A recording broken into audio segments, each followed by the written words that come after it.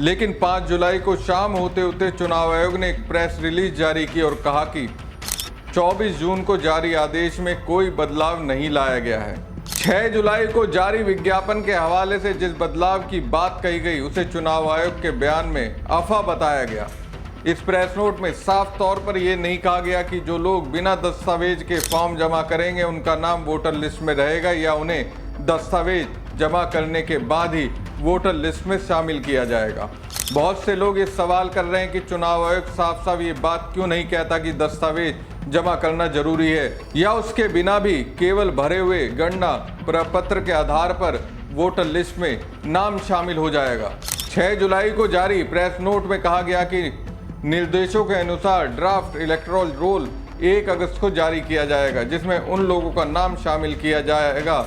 जिनका गणना प्रपत्र चुनाव आयोग को मिल चुका होगा। इस प्रेस नोट में कहा गया कि मतदाता अपने डॉक्यूमेंट्स 25 जुलाई 2025 से पहले कभी भी जमा करा सकते हैं। इसके साथ ही ये भी बताया गया कि ड्राफ्ट इलेक्टोरल रोल के प्रकाशन के बाद अगर किसी दस्तावेज की कमी होती है तो इलेक्टोरल रजिस्ट्रेशन ऑफिसर डॉक्यूमेंट संबंधित मतदाता से मांग सकते हैं। इस दस्तावेज की मांग, दावा और आपत्ति की अवधि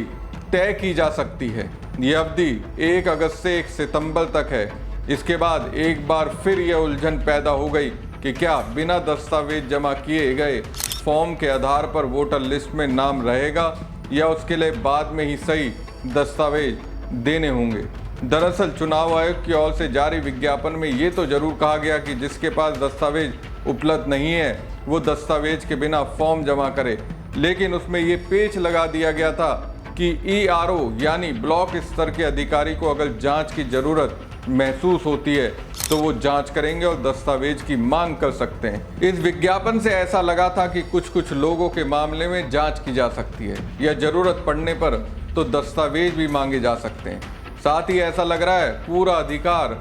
हर एक ब्लॉक के अधिकारी को दे दिया गया है। चुनाव आयोग इस बात का कोई जवाब नहीं दे रहा है कि उसने अपने पहले विज्ञापन में जिन 11 दस्तावेजों की सूची जारी की थी उसके बारे में अपने बाद के विज्ञापन में ये क्यों नहीं कहा कि उन दस्तावेजों के बिना भी फॉर्म जमा किया जा सकता है। ऐसे में आम लोगों को ये शक हो रहा है कि चुनाव आयोग अपनी वाहवाही के लिए फिलहाल फॉर्म जमा करवा ले रहा है ताकि वो दावा कर सके कि इतने करोड़ फॉर्म जमा हो गए, लेकिन बाद में वो वैसे फॉर्मों के आधार पर वोटर का नाम लिस्ट में शामिल नहीं करेगा जिसमें दस्तावेज नहीं होंगे।